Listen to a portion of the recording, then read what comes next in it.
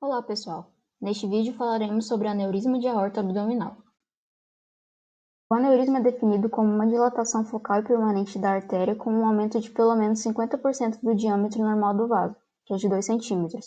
O aneurisma de aorta abdominal pode ser classificado quanto ao tamanho, em pequenos, que possuem menos de 5 cm de diâmetro, sendo responsáveis por aproximadamente 50% de todos os aneurismos clinicamente reconhecidos, aneurismas médios, entre 5 e 7 cm de diâmetro, e grandes, com mais de 7 cm de diâmetro. Eles também podem ser classificados quanto à aparência macroscópica, em aneurismas fusiformes, os quais afetam toda a circunferência do vaso, resultando em uma lesão difusamente dilatada, ou em aneurismas saculares, que envolvem apenas uma parte da circunferência, gerando uma bolsa externa na parede do vaso.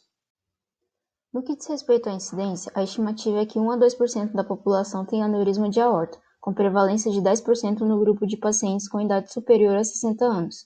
A ruptura do aneurisma é responsável por cerca de 1% de toda causa-mortes no mundo, sendo geralmente fatal mesmo com todos os avanços técnicos dos últimos tempos.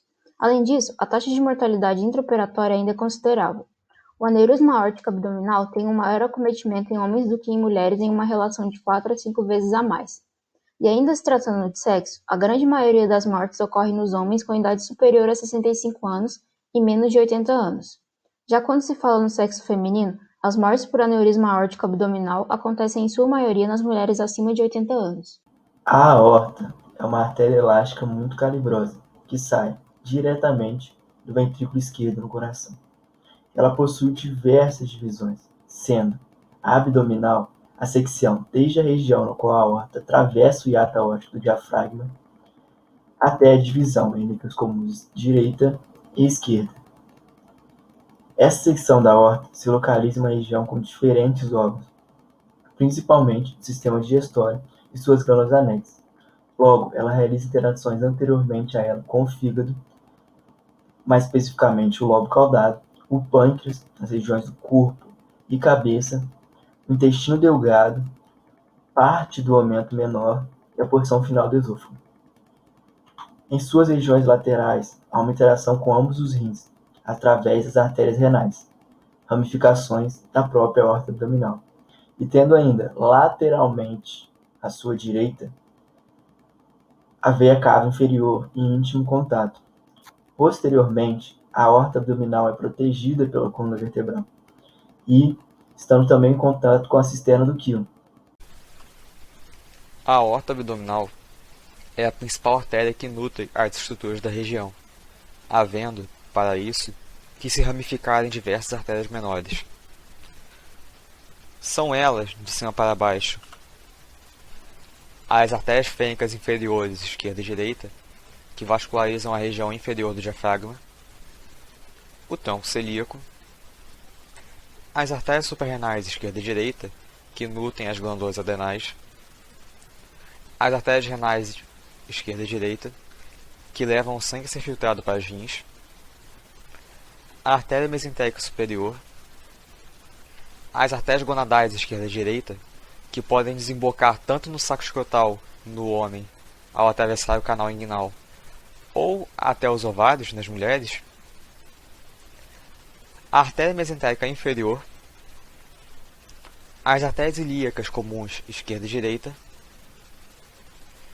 a artéria sacral média, que acompanha em direção caudal o ligamento longitudinal anterior,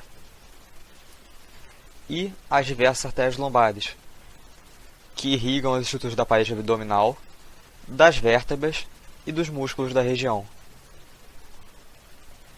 Dentre elas, algumas se destacam por vascularizar estruturas mais importantes ou por conferir maior fluxo arterial.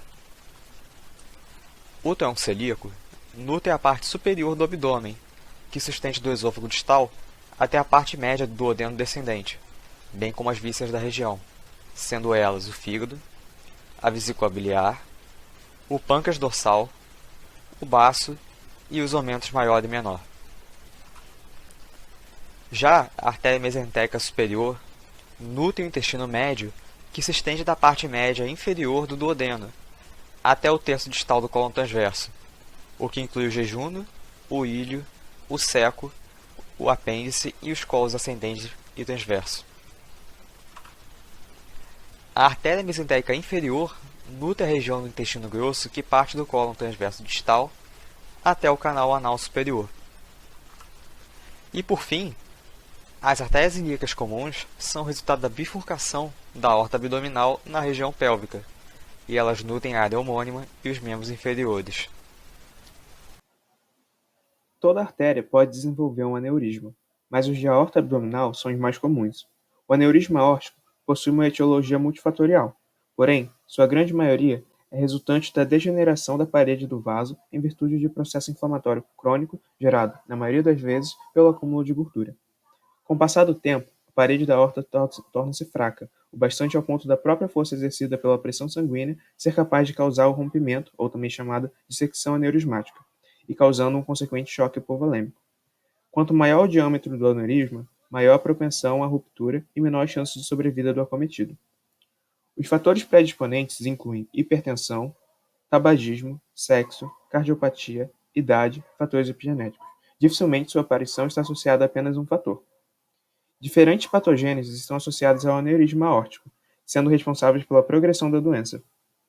A inflamação dos vasos sanguíneos, traumas, infecções generalizadas, entre outros, podem causar esse enfraquecimento da parede de artéria. No entanto, muitas vezes esse enfraquecimento se dá em consequência de aterosclerose. O desenvolvimento do aneurisma aórtico é claramente associado a alterações no tecido conjuntivo na parede aórtica. Nesse contexto, ocorre a fragmentação das fibras colágeno e diminuição da concentração de elastinas, essas por ação proteolítica derivadas da inflamação. Ocorre também uma regulação da densidade das células musculares lisas, considerando evento-chave no desenvolvimento do aneurisma aórtico abdominal, isso por conta do papel protetivo que essas células possuem contra inflamações e proteólise. Outros eventos característicos são a neovascularização e infiltração por células imunológicas na parede da artéria. Geralmente, os aneurismas de aorta abdominal são assintomáticos, porém, em alguns casos, o paciente pode referir sintomas como dor lombar, dor abdominal e sensação de massa pulsátil na região abdominal. Como geralmente são assintomáticos, muitas vezes esses aneurismas são detectados de forma ocasional em exames de imagem realizados com outros objetivos. No exame físico de um paciente, a detecção de massa abdominal pulsátil durante a palpação abdominal pode indicar presença de aneurisma, porém esse exame possui limitações e devem ser realizados exames de imagem para confirmar ou descartar o diagnóstico. Os principais exames de imagem usados no contexto do aneurisma de aorta abdominal são a ultrassonografia, tomografia computadorizada e ressonância magnética. A ultrassonografia é o principal exame de imagem usado para o rastreamento periódico de pacientes assintomáticos com histórico familiar, por ser uma técnica não invasiva, de baixo custo e com alta sensibilidade e especificidade.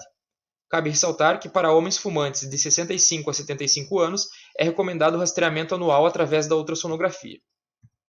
Em pacientes sintomáticos, o diagnóstico também pode ser feito através da ultrassonografia, porém, a tomografia computadorizada e ressonância magnética, especialmente quando feitos usando contraste, permitem melhor avaliação anatômica das características do aneurisma, bem como eventuais presenças de trombocalcificações em seu interior. Aqui podemos ver duas tomografias computadorizadas feitas com uso de contraste, sendo que à esquerda temos uma imagem onde a aorta abdominal está com seu calibre normal, ó. Podemos comparar ela com o tamanho da veia cava inferior, e à direita vemos uma aorta abdominal bastante dilatada, caracterizando um aneurisma, e também é possível ver a presença de placas calcificadas e um trombo na sua parede. No tratamento cirúrgico, a correção por via endovascular é o procedimento mais favorável. Para a submissão do paciente a essa cirurgia, alguns aspectos são levados em consideração, como o risco clínico e a anatomia do aneurisma em relação aos vasos ilíacos e colo.